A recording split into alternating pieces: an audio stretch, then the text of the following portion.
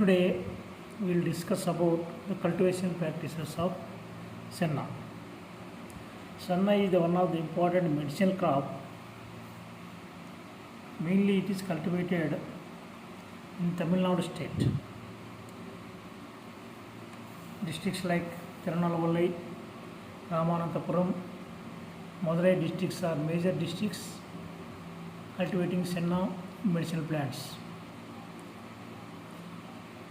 The botanical name of senna is Cassia angustifolia. Family Leguminosae. Origin South Africa. పుట్టకొచ్చేసి South Africa. Plant parts వచ్చేసి useful for medicinal properties వచ్చి medicinal purpose వచ్చేసి leaves and parts. దీని మన తెలుగులో సునాముఖి అని కూడా అంటాం అన్నమాట. సునాముఖి. సో బేసికల్లీ సునాముఖి నుంచి ఆకులు మరియు పార్ట్స్ అంటే కాయలు ఈ రెండింటిని మెడిసినల్ ప్రాపర్టీస్ కోసం ఉపయోగిస్తారన్నమాట. ఈ కాయలు మరియు ఈ పార్ట్స్ మరియు లీవ్స్లో కంటైన్ సెనోసైడ్స్ ఏబిసిడి అనే సెనోసైడ్స్ ఉంటాయన్నమాట. Which are well known for the preparation of laxatives and purgatives. Laxatives and purgatives అంటే విరేచనాకారి, తెలుగులో ఏమంటే విరేచనాకారి అంటే కాన్స్టిపేషన్ ప్రాబ్లం అంటే మలబద్ధకం ప్రాబ్లం ఉన్న వారికి వీటిని ఈ సెనోసైడ్స్ ఏబిసిడి అల్కలైడ్స్ని ఉపయోగిస్తారన్నమాట. So it's mostly the prevention of laxatives and purgatives. So it is mainly for the తెలుగులో ఏం చెప్తారంటే విరేచనాకారి అంటే ఏమి అంటే మలబద్ధకం ఎక్కువటువంటి వారిలో వీటిని ఉపయోగిస్తారన్నమాట. సో ఇది బేసికల్లీ యూజ్డ్ ఫర్ ద విరేచనాకారిగా ఉపయోగిస్తారన్నమాట. పంపించాలి all over India holds leading position in the production of సెన్నా crop and export it's world market. So మన భారతదేశం అనేది ఎక్స్పోర్టింగ్లో మంచి ఎక్కువ ఎగుమతిని ప్రపంచ దేశాలకి వరల్డ్ మార్కెట్కి వీటిని ఎక్స్పోర్ట్ చేస్తున్నారన్నమాట. Among these exported almost all the senna leaves produced India are export to foreign countries. So వీటిని ఎక్కువగా సెన్నా ప్రోడక్ట్ని వచ్చేసి ఎక్కువగా ఎక్కడికి ఎక్స్పోర్ట్ చేస్తుంటే ఫారిన్ కంట్రీస్కి ఈ సెన్నా ప్రొడక్ట్స్ని ఎక్స్పోర్ట్ చేయడం జరుగుతుంది అన్నమాట. And the major portion of the transported to London market. Among all the countries major portion of the senna products are exporting to the London market అన్నమాట. లండన్ మార్కెట్కి అత్యధికంగా వీటిని ఎగుమతి చేస్తున్నారన్నమాట. The crop is grown mainly in southern districts. చెప్పినాను కదా, southern district Tamil Nadu మరియు తమిళనాడులోని తిరునెల్వేలి, రామనాథపురం మరియు మదురై డిస్ట్రిక్ట్స్లో ఎక్కువగా సాగు చేస్తారన్నమాట. If you come to the botany of the senna crop is it is a erect shrub అంటే ఏపుగా పెరిగేటువంటి పొద మొక్క అన్నమాట. గుల్మకార మొక్క పటుకాళ్ళు. సో 70 సెంటీమీటర్ హైట్ ఉంటుంది అన్నమాట. 70 సెంటీమీటర్ హైట్ ఉంటుంది plant. So the leaves basically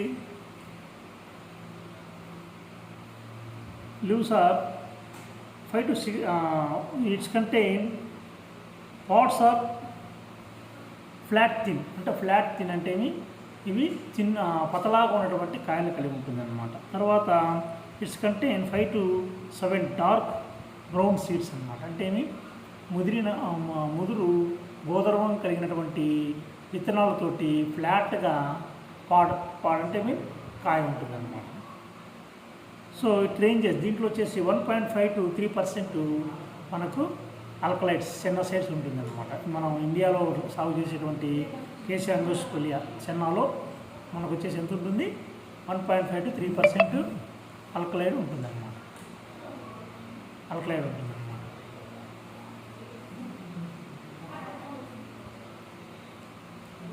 so తర్వాత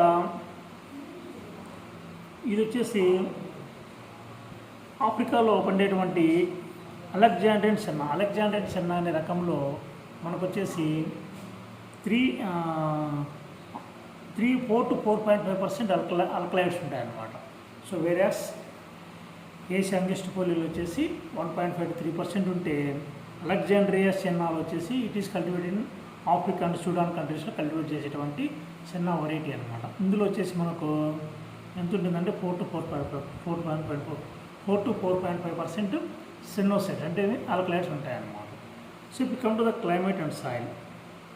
సెన్నా ఈజ్ ఏ లెగ్యూమ్ బట్ ఇప్పుడు come to the senna it is a leguminous it is a legume but do not have any nodes అనమాట. ఎటువంటి nodules ఉండవు అనమాట. అంటే ఎటువంటి బుడకలు ఉండవు అనమాట రూట్స్లో. కాబట్టి for fixing atmosphere ignites will not be happen in this plant అనమాట.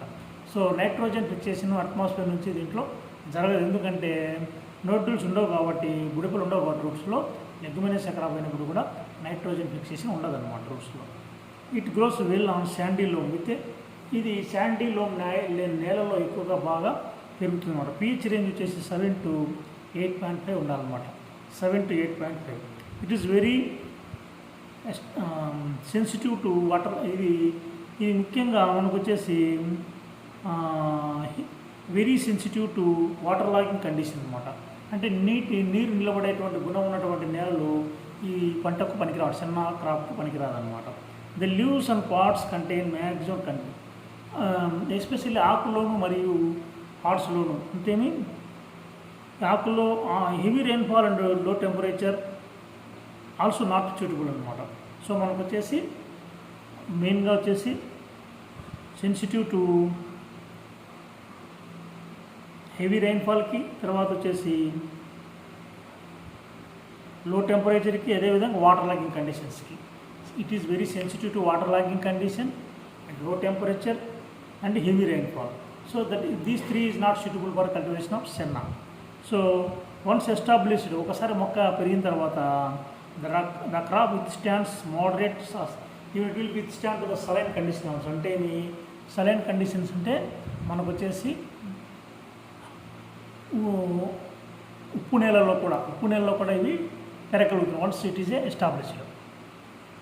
So if you come to the land preparation and sowing, the land should be ploughed and expose to the sun 2 to 3 weeks.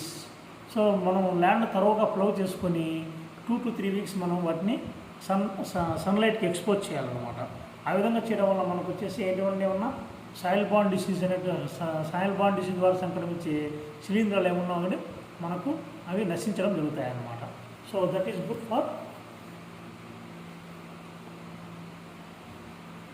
For the sterile of the soil అన్నమాట, sterilization of the soil. So it should be keep 2 to 3 weeks open to expose చేయాలన్నమాట. The lands are so prepared to provide outlet for excess in water. At the same time, while preparing the land, you should also provide the proper drainage system to the land. So మనకు ఎందుకంటే water logging కండిషన్కు తట్టుకోలేదు కాబట్టి మనం ప్రాపర్గా మనం వచ్చేసి ఏం చేయాలంటే, సో డ్రైనేజ్ని మనం ముందుగానే విత్తకు ముందే before planting you should have to provide proper drainage system to the particular cultivated area అనమాట, కల్టివేటెడ్ ల్యాండ్ అనమాట. సో డ్రైనేజ్ సిస్టమ్ మురిగినీటి సౌకర్యము, నేను ఎక్సెస్ వాటర్ ఉన్నా కానీ డ్రైన్ అయ్యే విధంగా మనము ప్రాపర్గా మనము ప్రిపేర్ చేసుకోవాలి ల్యాండ్ అనమాట. So basically seed rate is 5 kg per hectare. So మనకు సీడ్ రేట్ వచ్చేసి 5 kg per hectare మనకు సరిపోతాయి అన్నమాట. ఒక హెక్టార్కి వచ్చి 5 kg చిన్న విత్తనాలు వచ్చేసి సీడ్స్ వచ్చేసి ఒక హెక్టార్ 3 విత్తుటకు సరిపోతాయి అన్నమాట. సో మనం బిఫోర్ దట్ మనం should have to remember 3 points while sowing the seeds. First one is treating with fungicides అనమాట. Treatment with fungicides like thiram, మనకు క్యాప్టాన్, అగార్సాన్. 1 kgకి 2.5 grams ఈ పంజిసైడ్ ఎనీ వన్ పంజిసైడ్ మనం తోటి ట్రీట్మెంట్ ఇస్తే మనకు వచ్చేసి డాంపింగ్ అప్ అంటే మీరు వేరుకుళ్ళు తెగులు రాకుండా కాపాడుకోవచ్చు అనమాట. సెకండ్ థింగ్ వచ్చేసి మనం ఆప్టిమమ్ టైంలో సోయింగ్ చేసుకోవాలి. So first one is treating with fungicide to control damping off disease. Second one is to sowing of the seeds in optimum time, అంటే ఖచ్చితమైనటువంటి సమయంలోనే మనం విత్తనాలు విత్తుకోవాలన్నమాట. తర్వాత ఇంకోటి third one is depth and proper depth. So మనం వచ్చేసి విత్తనాన్ని ఎంత లోతులో విత్తుకోవాలి, that is also one of the important. Optimum time ఎంత ఇంపార్టెంటో, డెప్త్ కూడా అంతే, proper depth of the sowing. So ఎంత లోతులో మనం విత్తుకోవాలి, that is also very important. ఈ విధంగా మనము ఏం చేయాలంటే ఈ 3 పాయింట్లు దృష్టిలో పెట్టుకొని సో విత్తనాలను శుద్ధి చేసుకోవాలి ఫంజిసైడ్ తోటి, తర్వాత వచ్చేసి ప్రాపర్ టైంలో విత్తుకోవాలి, ప్రాపర్ డెప్త్లోనే మనం విత్తుకోవాలి. ఈ 3 మనం దృష్టిలో పెట్టుకొని మనము ప్లాంటింగ్ సోయింగ్ చేసుకోవాలన్నమాట. So then only will get good uniform plant population అనమాట. అప్పుడే మనం ఆ విధంగా మనం ఆ 3 సూచనలు పాటించినప్పుడే, ఆ 3 ఫ్యాక్టర్స్ని మనం కన్సిడర్ చేసినప్పుడు will get good uniform plant population. మనకు మొక్కల సాంద్రత ఖచ్చితంగా భూమిలో ఉంటుందన్నమాట. The seeds are sown in line at 30. So మనకు జనరలీ స్పేసింగ్ ఇన్ బిట్వీన్ వచ్చేసి మనకు 30 to 40 సెంటీమీటర్ డిస్టెన్స్లో మనం విత్తనాలను సోయింగ్ చేసుకోవాలన్నమాట. సో మనకు వచ్చేసి ప్రిపేర్డ్ ల్యాండ్లో వచ్చేసి 30 to 40 సెంటీమీటర్ 30 లేదా 40 సెంటీమీటర్ డిస్టెన్స్ వదిలి మనం విత్తనాలు సోయింగ్ చేసుకోవాలన్నమాట. సో మనకు వచ్చేసి ఆ విధంగా మనం స్పేసింగ్ ఇచ్చుకొని 1.5 to 2 సెంటీమీటర్ డెప్త్ లోతులో నాటుకోవాలన్నమాట, విత్తుకోవాలన్నమాట. Light pre monsoon showers helps in germination. So మనం తొలకరి చినుకులు పడేటప్పుడు కానీ మనం సోయింగ్ చేస్తున్నట్లయితే లైట్ మాన్సూన్ టైంలో, so it will get good germination అనమాట. సో బెటర్ జెర్మినేషన్ అనేది మనకు తొలకరి చినుకులప్పుడు బాగుంటుంది అనమాట. And initial establishment germination. So బేసికల్గా ఇనిషియల్గా మనకు germination starts 13 to 15 days after sowing అనమాట. విత్తినటువంటి 13 రోజులు 10 రోజుల తర్వాత మనకు విత్తనాలు మొలకెత్తడము స్టార్ట్ అవుతుంది అనమాట. It will be continue up to 21 days, అంటే 3 weeks వరకు మనకు మొలకెత్తుతూనే ఉంటాయన్నమాట. The seed has thick seed కూడా, ఎందుకంటే ఇంకొకటి ఏమంటే ఇక్కడ విత్తనానికి మందమైనటువంటి కవచం ఉంటుందన్నమాట. కాబట్టి రిమైన్ సో సటన్ జెర్మినేట్ కాకుండా అలాగే భూమిలో ఉంటాయన్నమాట. తొందరగా కొన్ని అర్లీగా జెర్మినేట్ అయితే కొన్ని, ఎందుకంటే సీడ్ కోట్ వచ్చేసి థిక్గా ఉంటుంది కాబట్టి కొన్ని లేట్గా జెర్మినేట్ అవుతాయి అనమాట. అటు లేట్గా జెర్మినేట్ వాటికి కంటిన్యూగా మనకు మాయిశ్చర్ రిటైన్ అయ్యి ఉంటే, so that will take certain time and that seeds also germinate in the field అనమాట. అదర్వైజ్ లేకుంటే ఏమైపోతుందంటే, if there is no proper moisture in the soil, what will be happen. So మనకు వచ్చేసి usually మనకు వచ్చేసి moisture లేకుంటే dice అంటే దాంట్లో ఉన్నటువంటి పిండం విచ్ఛిన్నం అయిపోతుంది అనమాట. అంటే మనకు సీడ్ వచ్చేసి మనకు మొలకెత్త డైస్ అయిపోతాయి అనమాట, చనిపోతాయి అనమాట, యూజువల్లీ డైస్ అనమాట. సో కాబట్టి మనము ప్రాపర్ మాయిశ్చర్ మనం మెయింటైన్ చేయగలిగితే సాయిల్లో డెఫినెట్గా అన్ని సీడ్స్ని మనము జెర్మినేట్ అయ్యేందుకు అవకాశం ఉంటుంది అనమాట. Weather maybe early or certain late, all seeds will be germinated అనమాట. The crop is thinned at that.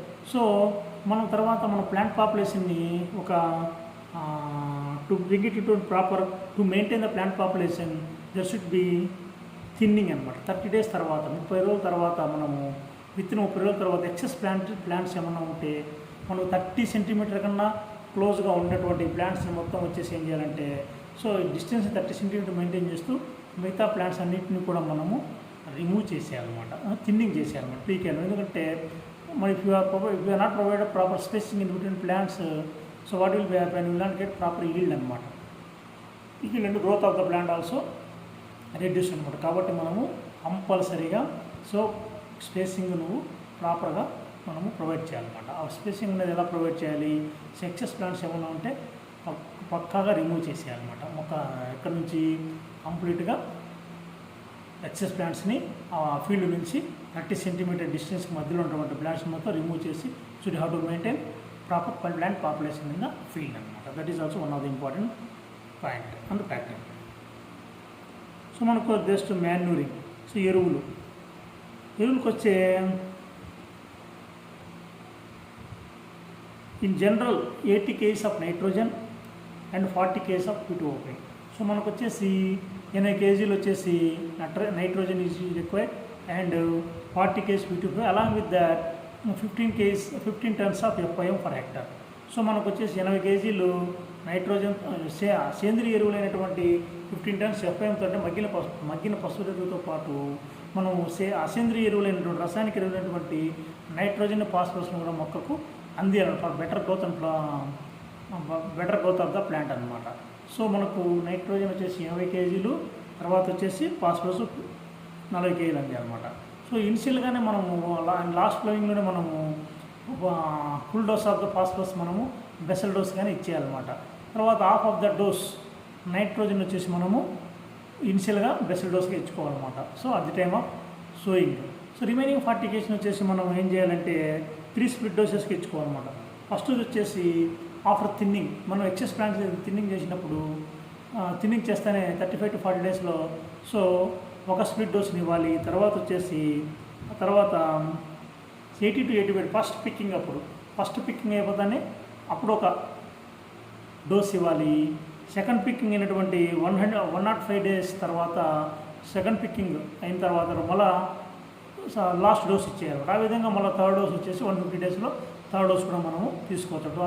ఆ plant duration is 150 days. After that you have to remove the plant from the main field అనమాట. 150 days తర్వాత మనము plants remove చేసాం అనమాట field నుంచి.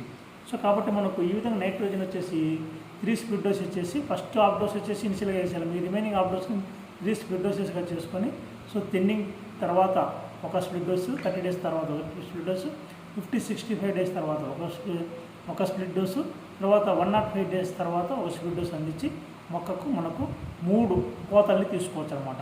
So while harvesting should have to harvest parts and leaves అనమాట. Both are having medicinal properties అనమాట. So mainly it's both are contain sennosides, ABCD alkaloids అనమాట. So okay. So that is why you should have to maintain the nitrogen and phosphorus in proper way అనమాట. Fertilizer application also can play a vital role in production of leaves and pods అనమాట. So nitrogen should be applied in the form of urea రూపంలో మనము నైట్రోజన్ని మొక్కలకు అందియాలన్నమాట. So తర్వాత harvesting. Young senna leaves and pods contain a high sennosides అనమాట. So లేత ఆకుల్లోను మరియు లేత కాయల్లోనూ సినోసైడ్స్ ఆల్కలైడ్ ఎక్కువ ఉంటుందన్నమాట. But since the produce is sold on the base of weight, basically weight అయినప్పటికీ కూడా మనము పార్ట్స్ యొక్క వెయిట్ తర్వాత ఆకుల యొక్క వెయిట్ బట్టే వాటిని అమ్మడం జరుగుతుంది అనమాట. కాబట్టి మనం లేతగా ఉన్నటువంటి ఆకులను కాయలు కోస్తే మనకు వెయిట్ రావన్నమాట. సో కాబట్టి మనకు కొంచెం అవి వెయిట్ బేస్ చేసుకునే మనకు సోల్డ్ అవుతాయి. కాబట్టి వెయిట్ వచ్చేందుకు కొంచెం వెయిట్ చేయాలన్నమాట. A balance between weight and content is to be made to choose the stage of harvest. So కాబట్టి మనకు వెయిట్ వచ్చే విధంగా మరియు తర్వాత వచ్చేసి సినోసైడ్స్ కంటెంట్ తగ్గకుండా రెండింటిని బ్యాలెన్స్ చేసుకొని హార్వెస్టింగ్ స్టేజ్ చేయాలన్నమాట. హార్వెస్టింగ్ని చేపట్టాలన్నమాట. So first picking starts. First మనం మొట్టమొదటి కోత వచ్చేసి 50 నుంచి 70 రోజులకి స్టార్ట్ అవుతుంది అనమాట. విత్తినటువంటి 50 నుంచి 70 రోజులు స్టార్ట్ అవుతుంది అనమాట. తర్వాత so depending upon the low plant growth. Second picking ఈ be taken 90 to 100 days. Second picking వచ్చేసి 90 నుంచి 100 రోజులకి. ఫస్ట్ పికింగ్ వచ్చేసి 50 నుంచి 70 రోజులకి. తర్వాత సెకండ్ పికింగ్ 90 to 20 డేస్కి, 90 to 100 డేస్కి మనము సెకండ్ పికింగ్ వస్తుంది అనమాట. So that harvested material includes both. తర్వాత వచ్చేసి థర్డ్ పికింగ్ వచ్చేసి 130 to 150 డేస్. సో మూడో కోత వచ్చేసి 130 రోజుల నుంచి 150 రోజుల మధ్య. ఫస్ట్ పికింగ్ వచ్చేసి మనకు 50 నుంచి 70 రోజులకి, సెకండ్ పికింగ్ వచ్చేసి 90 to 100 డేస్కి, థర్డ్ పికింగ్ వచ్చేసి మూడో కోత వచ్చేసి 130 నుంచి 150 రోజులకి. ఈ విధంగా మనకు పంట కోత అనేది వస్తుందన్నమాట. Plants are root bark contains sennosides. So leaves parts కాకుండా వేరుకున్న బిరుడు కూడా సినోసైడ్ కలిగి ఉంటుంది అనమాట. It has not yet come as and article or trade. So మనకు అది పెద్దగా మార్కెట్ వాల్యూ ఉన్నటువంటి సినోసైడ్ ఉన్నది కాబట్టి రూట్స్ పెద్దగా కేర్ తీసుకోవాలన్నమాట. Harvested crop should be spread in thin layer. మనం ఈ విధంగా 3 కోతలు తీసుకున్న తర్వాత ఏ కోతకు ఆ కోత మనం ఏం చేయాలంటే ఇమీడియట్గా హార్వెస్టింగ్ తర్వాత పికింగ్ తర్వాత ఏం చేయాలంటే మొత్తం అంతా కూడా పతలాగా థిన్గా మనం వచ్చేసి థిన్ లేయర్లో మొత్తం ఓపెన్ ఏరియాలో మనము ఆరబెట్టాలన్నమాట. To reduce the moisture content of the leaves and parts. కాయల్లో మరియు ఆకుల్లో ఉన్నటువంటి తేమ మొత్తము ఆవిరైపోయి మనకు వచ్చేసి డ్రై కావాలన్నమాట లీవ్స్ అండ్ పార్ట్స్. అందుకోసం మనం వచ్చేసి ఆరుబయట మనము వాటి అన్నిటి కూడా కోత కోసిందో ఆరబెడతాం అనమాట.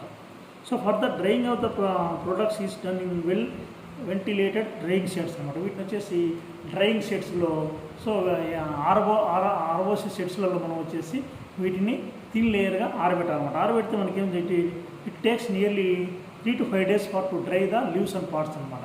సో కోత కోసిన తర్వాత 3 నుంచి 5 రోజుల పాటు డ్రైయింగ్కి టైం తీసుకుంటుంది అనమాట. So the direct produce usually process 8% moisture అనమాట. ఈ విధంగా మనం డ్రైడ్ ప్రొడక్ట్స్ వచ్చేసి మనకి ఎంత ఉంటుందంటే ఫైనల్గా 8% మాయిశ్చర్ ఉంటుందన్నమాట. The property dried is leaves and parts should have light green to greenish yellow colour అనమాట. ఎప్పుడైతే డ్రై అవుతాయో ఆకులు మరియు వచ్చేసి ఈ కాయలు, ఈ రెండు కూడా ఆకులు మరియు కాయలు వచ్చేసి మనకు 8% మాయిశ్చర్ కంటెంట్ ఉంటాయి అనమాట పూర్తిగా డ్రై అయిన తర్వాత. సో మళ్ళీ కలర్ వచ్చేసి లైట్ గ్రీన్ టు గ్రీనిష్ ఎల్లోగా మారుతాయి అనమాట ఎండిన తర్వాత అవి. సో ఈ విధంగా మనకు ఎండినట్టు గుర్తుంచుకోవాలన్నమాట. Improper and delay drying changes the colour of black to brown. So మనకు ప్రాపర్ టైంలో డ్రై చేయకపోయినా, తర్వాత వచ్చేసి డిలే చేసినా కానీ, తర్వాత వచ్చేసి దాంట్లో వచ్చేసి అప్పుడు ఏమైపోతుందంటే కలర్ వచ్చి బ్లాక్ టు బ్రౌన్కి చేంజ్ అయిపోతాయి అన్నమాట. సో ఆ విధంగా పార్ట్స్ లీవ్స్ అన్నీ కూడా నల్లగా లేదంటే గోధుమ రంగులోకి మారి మనకు వచ్చేసి మార్కెటింగ్కి పనికి రాకుండా తయారవుతాయి అనమాట. సో డ్యామేజ్ ద సెనోసెన్ కంటెంట్ కూడా. సో దాంట్లో ఉన్నటువంటి ఈ విధంగా డిలే చేయడం వల్ల సెనోసెన్ అనేది మనకి ఇంపార్టెంట్ కాబట్టి సెనోసైడ్ కూడా మనకు తగ్గిపోతుంది అనమాట కంటెంట్ దాంట్లో. ఆ విధంగా మనం డిలే చేసే కొద్దీ thus the and also reduce the price of the leaves and parts అనమాట. So there are you should have to remember that proper drying is in proper time, proper drying is very necessary. Otherwise color will be converted from black to brown color. That will be damage the cellulose content. So that will at the same time will get less price in the market అనమాట. ఇవన్నీ కూడా మనకు లోపాలు కదా, అందుకే proper టైంలోనే dry చేసుకోవాలన్నమాట. Seeds content to sennosides and its weight to the produce only. So మనకు విత్తనాల్లో ఎక్కువగా నో సిన్నోసైడ్స్ అనమాట. Seeds content no sennosides and it adds weight to the produce only. So మనకు విత్తనాల్లో వచ్చేసి కాయలు ఉన్నటువంటి విత్తనాలు ఎటువంటి సెనోసైడ్స్ ఉండవు అనమాట. అయినప్పటికీ అవి మనకు వెయిట్ మనము అమ్మేటప్పుడు అవి కూడా వెయిట్కి వస్తాయి కాబట్టి వెయిట్కి పనికి వస్తాయి అన్నమాట విత్తనాలు. అది మనకు తర్వాత last yield a good average crop of సెన్నా can give 1500 kg for hectare అనమాట. అంటే మనకు వచ్చేసి ఒక హెక్టార్కి వచ్చేసి ప్రాపర్ కల్చర్ ప్రాక్టీస్ పాటించి మంచి గ్రోత్ ఉన్నటువంటి క్రాప్ పంట వచ్చేసి మనకు ఒక హెక్టార్కు 1500 kg వచ్చేసి డ్రై లీవ్స్ మరియు తర్వాత 700 kg పార్ట్స్ మరి కాయలు, అంటే 1500 kgల ఎండిన ఆకులు మరియు 700 kgల ఎండిన కాయలు మనకు 1500 వచ్చేసి ఎండిన ఆకులు మరియు 700 kgల ఎండిన కాయలు మనకు ఒక హెక్టార్ నుంచి వస్తాయన్నమాట దట్ దిగుబడి. So that will be the yield of the సెన్నా. And under irrigated that will be under irrigated నీటిపారుదల చేపట్టేటువంటి ప్రాంతాల్లో నేలలో వచ్చేటువంటి పంట. అదే మనకు good management condition. The yield under rainfed condition about 1000 kg. వర్షాధారానికి పండేటువంటి పంటలు వచ్చేసి మనకు వర్షాధారానికి పంట అయిపోయింది 1000 kg ఒక హెక్టార్కి వస్తుంది అన్నమాట. అంటే సో మనకు వచ్చేసి last point remember that one. So వచ్చేసి నీటిపారుదల పంటకు వచ్చేసి మనకు 1500 kgలు డ్రై లీవ్స్, 700 kgల డ్రై పార్ట్స్ వస్తాయన్నమాట. అదే మనకు వర్షాధారం పండించేటువంటి పంట వచ్చేసి మనకు 1000 kgల ఎండిన ఆకులు మరియు 400 kgల ఎండిన కాయలు వస్తాయన్నమాట. ఇది సెన్నా బోర్డర్స్. ఇవి మనకు ఎక్స్పోర్ట్ చేసి మంచి లాభాలు ఆర్జించవచ్చు అనమాట. So this is about సెన్నా. Next class will discuss about another any medicine plant. Okay, thank you.